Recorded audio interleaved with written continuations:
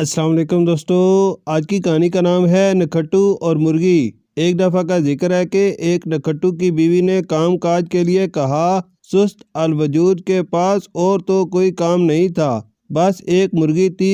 اٹھائی اور بازار کو چل دیا کہ بیچ کر کاروبار کا آغاز کرے۔ راستے میں مرغی ہاتھ سے نکل بھاگی اور ایک گھر میں گھس گئی۔ وہ مرغی کے پیچھے گھر کے اندر گھس گیا۔ مرغی کو پکڑ کر سیدھا ہوا ہی تھا کہ خوشرو خاتون خانہ پر نظر پڑی۔ ابھی نظر چار ہوئی تھی کہ باہر سے آہٹ سنائی دی۔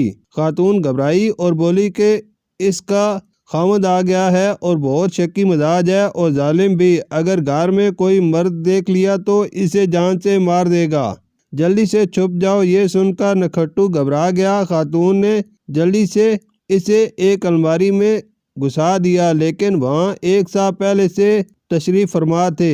اب اندر دبکے نکھٹو کو اچانک کاروبار سوجا۔ آئیڈیا تو کسی جگہ بھی آ سکتا ہے، سو اس نے دوسرے صاحب کو کہا کہ مرغی خریدو گے؟ اس نے بنا کر کہا، یہ کوئی جگہ ہے اس کام کی؟ خریدتے ہو یا شور کروں؟ نکھٹو نے کہا مجبور ہو کے۔ اس نے کہا کہ بولو کتنے کی؟ 100 روپے کی۔ اتنی مہنگی خریدتے ہو یا شور کروں؟ بیچارہ مرتا کیا نہ کرتا۔ اس نے مرغی خرید لی۔ 100 روپے کی مرغی بیچ کر نکھٹو بہت خوش ہوا۔ ایک دم دماغ میں روشنی ہوئی، فوراً بولا، اوئے مرغی بیچو گے؟ وہ شخص بنا کر بولا، تمہارا دماغ تو خراب نہیں، بیچتے ہو یا کروں شور؟ وہ مرے ہوئے لہجے میں بولا، بتاؤ کتنے کی لوگے؟ 50 کی۔ وہ دانت پسیتے ہوئے بولا، اللہ سے ڈر، ابھی 100 کی مجھے بیچی ہے۔ اللہ سے ڈر ہے تو یہاں الماری میں کیوں گھسے بیٹھے ہو؟ دیتے ہو یا کروں شور؟ نکھٹو نے مرغی 50 کی خریدی اور چپکا بیٹھ گیا۔ لیکن ابھی کہاں، ابھی تو بزنس شروع ہوا تھا۔ مرغی خریدو گے؟ اگر رقیب و روسیا باہر مورچہ سنبھالے نہ بیٹھا ہوتا تو وہ اس کا سر پھوڑ دیتا، لیکن بے بسی سے بولا، کتنے کی دو گے؟ چلو کیا یاد کرو گے؟ 80 روپے دے دو۔